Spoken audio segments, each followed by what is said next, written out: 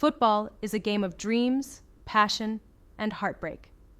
And few stories capture all of that better than the story of Fernando Torres, the golden boy who carried the hopes of a generation, the hero who left home, conquered the world, and returned to where it all began.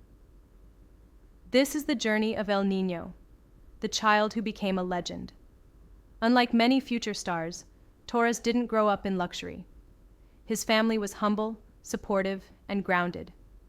At age 5, he joined his first team, Parque 84. Even then, coaches noticed something special. Not just his speed or technique, but his drive.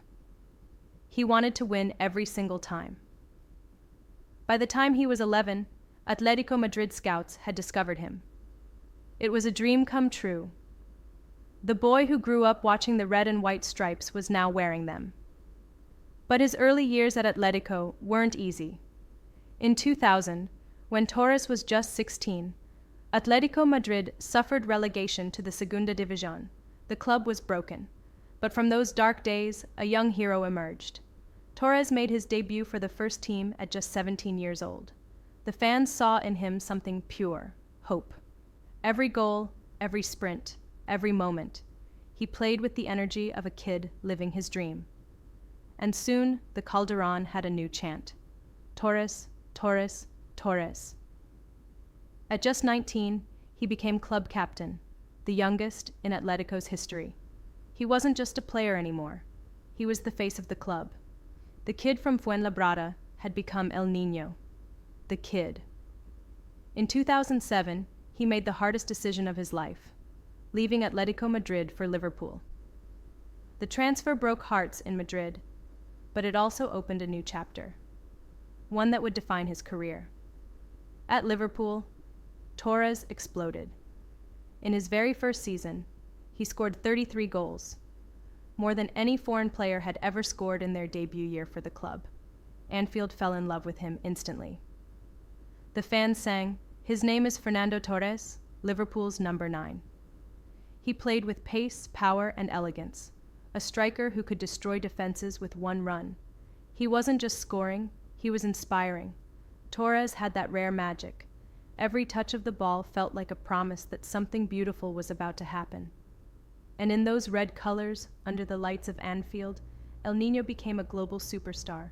Injuries began to haunt him. Hamstring tears, knee problems. They slowed down the boy who once ran like the wind. Liverpool started to decline, and frustration grew.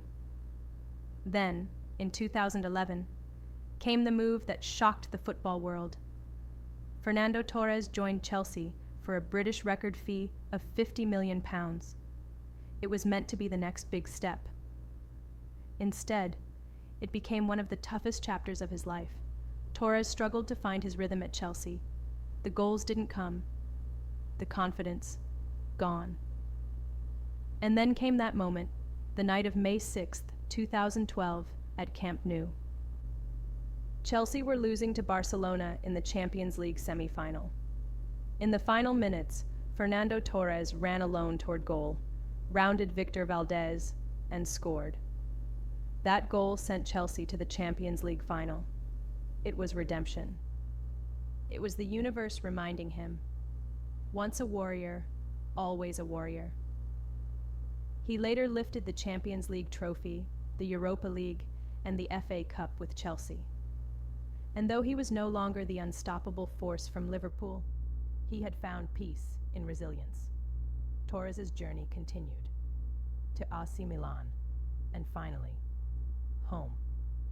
In 2015, after 8 years away, Fernando Torres returned to Atlético Madrid. When he stepped back onto the pitch at the Vicente Calderón, the stadium erupted. Tears in his eyes, heart pounding. El Niño had come home. He wasn't the same player. Older, slower, maybe even more fragile. But for the fans, he didn't need to be perfect. He was one of them. A living symbol of loyalty, love, and devotion. In his second spell, he scored crucial goals, helped the team win the Europa League in 2018, and ended his Atlético career lifting a trophy. The perfect farewell. When the final whistle blew in his last match, Torres walked around the stadium in tears, surrounded by tens of thousands chanting his name. It wasn't a goodbye, it was gratitude. After retirement, Torres stayed close to the club, becoming a coach in Atletico's academy. From the boy who once wore their shirt to the man now shaping the next generation, his story had come full circle. For Atletico Madrid fans, he is not just a player, he's family.